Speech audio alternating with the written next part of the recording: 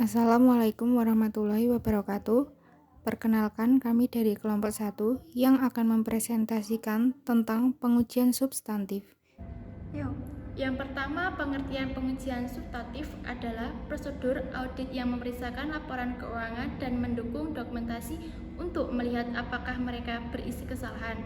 Tes ini juga diperlukan sebagai bukti untuk mendukung pernyataan bahwa pencatatan keuangan suatu entitas itu lengkap, sah, dan akurat. Tujuan tersebut adalah bukti tentang kewajaran setiap asersi laporan keuangan yang signifikan.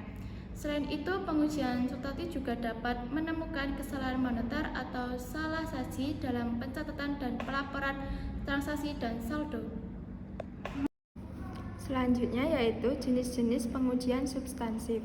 Pengujian substansif terdiri dari 3 jenis. Yang pertama, prosedur analitis. Fungsi prosedur analisis digunakan dalam perencanaan audit untuk mengidentifikasi daerah-daerah atau tempat-tempat yang memiliki risiko lebih tinggi untuk terjadinya salah saji. Digunakan pada tahap pengujian sebagai pengujian substansif untuk mendapatkan bukti tentang asersi tertentu.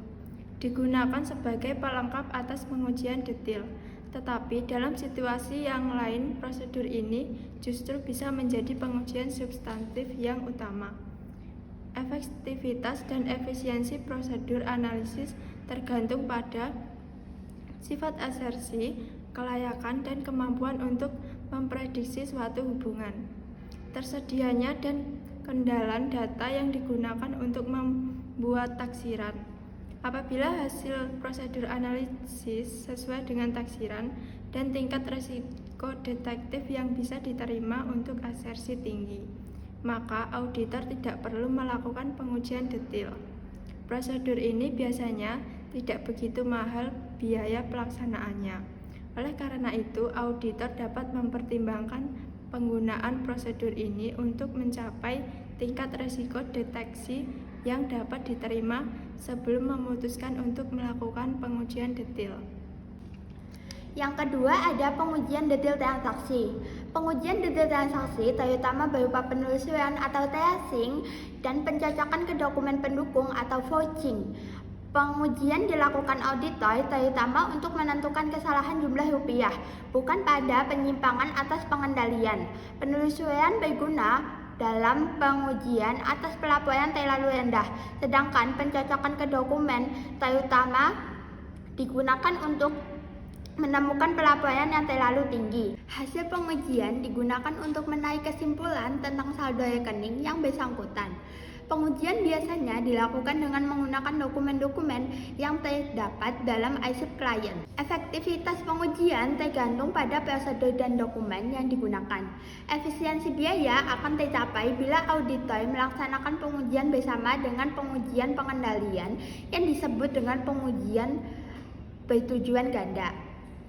Kekurangan dari pengujian ini adalah banyaknya waktu yang tersita, lebih mahal dibandingkan dengan pengujian analitis. Akan tetapi, metode ini lebih murah jika dibandingkan dengan pengujian detail atas saldo-saldo. Lalu, yang ketiga ada pengujian detail saldo-saldo. Pengujian detail saldo-saldo dilakukan untuk mendapatkan bukti secara langsung tentang sebuah saldo rekening dan bukan pada masing-masing pendekatan atau pengkreditan yang telah dihasilkan oleh saldo tersebut. Efektivitas pengujian tergantung pada prosedur yang digunakan dan bukti yang diperoleh. Selanjutnya, prosedur pengujian substantif. Perencanaan pengujian substantif, identifikasi resiko audit yang signifikan dan tentukan objek pengujian dan cakupan audit. Yang kedua, pemahaman entitas dan lingkungan bisnis. Pelajari bisnis entitas dan lingkungan di mana entitas beroperasi. Yang ketiga, pemahaman dan penilaian pengendalian internal, yaitu evaluasi keefektifan sistem pengendalian internal. Yang keempat, pengujian strategi. Tentukan pendekatan pengujian substantif yang sesuai. Yang kelima, pengujian transaksi dan saldo akun. Pilih sampel transaksi dan lakukan pengujian atasnya. Periksa saldo akun dan perbandingan dengan periode sebelumnya. Yang keenam, analisis analitis, yaitu gunakan perbandingan dan analisis angka-angka untuk mendeteksi kesalahan. Yang ketujuh, pengujian detail dan analisis, yaitu lakukan pengujian detail atas item tertentu yang dianggap beresiko. Analisis substantif atas unsur-unsur material. Yang kedelapan, konfirmasi. Kirim konfirmasi langsung kepada pihak ketiga yang relevan. Yang kesembilan, pengujian kepatuhan. Periksa kepatuhan terhadap peraturan dan kebijakan. Yang ke-10, dokumentasi dan pelaporan, yaitu dokumentasikan hasil pengujian dengan jelas dan lengkap, buat laporan audit yang mencakup temuan dan rekomendasi. Yang terakhir, evaluasi keseluruhan. Evaluasi hasil pengujian dan tentukan apakah ada masalah yang memerlukan perhatian tambahan. Sifat pengujian substantif. Sifat pengujian substantif berhubungan dengan jenis dan efektivitas prosedur pengauditan yang akan dilakukan. Apabila tingkat risiko deteksi yang dapat diterima rendah, auditor harus menggunakan prosedur yang lebih efektif yang biasanya lebih mahal.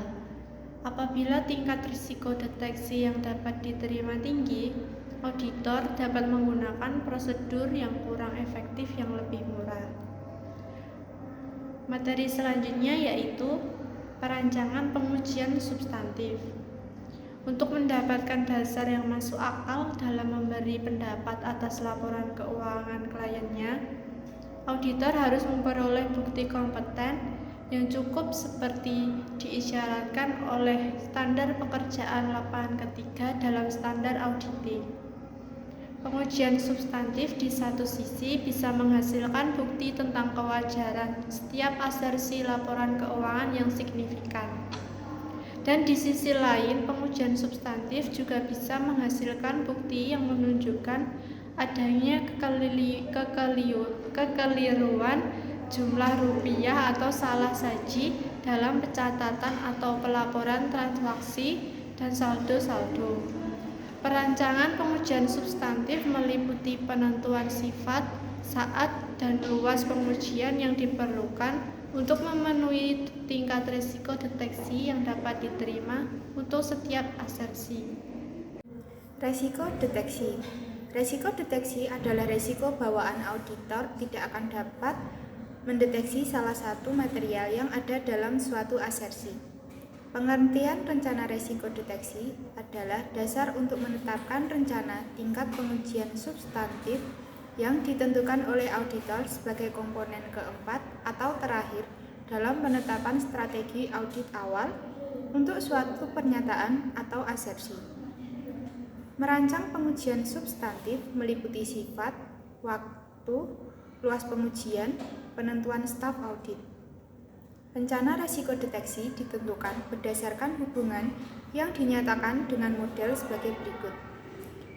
RD sama dengan RA per RB dikali RP.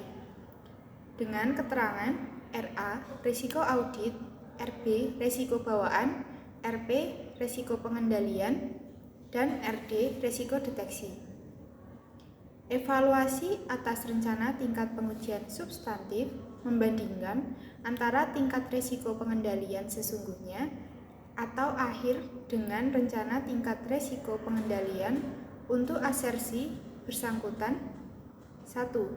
Jika hasilnya sama, ke tahap perencanaan pengujian substantif spesifik atau sesuai dengan rencana tingkat pengujian substantif yang telah ditetapkan. 2. Jika hasilnya berbeda, tingkat pengujian substantif direvisi, lalu merancang pengujian substantif spesifik. Lalu yang terakhir, setelah dilakukannya evaluasi atas rencana tingkat pengujian, selanjutnya adalah penetapan risiko deteksi untuk pengujian substantif yang berbeda atas asersi yang sama. Risiko deteksi menyangkut risiko bahwa semua pengujian substantif yang dilakukan untuk mendapatkan bukti tentang suatu asersi secara kolektif akan gagal dalam mendeteksi salah saji material. Dalam merancang pengujian substantif, Auditor kadang-kadang menginginkan untuk menetapkan tingkat risiko deteksi berbeda yang akan digunakan dalam pengujian substantif yang berbeda pula. Mengenai asersi yang sama, sebagai contoh, berdasarkan asumsi bahwa bukti yang diperoleh dari suatu pengujian atau jumlah pengujian akan mengurangi risiko salah saji material tetap tak terdeteksi setelah pengujian atau pengujian dilakukan, maka akan lebih tepat untuk menggunakan tingkat risiko deteksi lebih tinggi untuk pengujian selebihnya. Sekian presentasi dari kami. Apabila ada salah kata, mohon dimaafkan. Wassalamualaikum warahmatullahi wabarakatuh.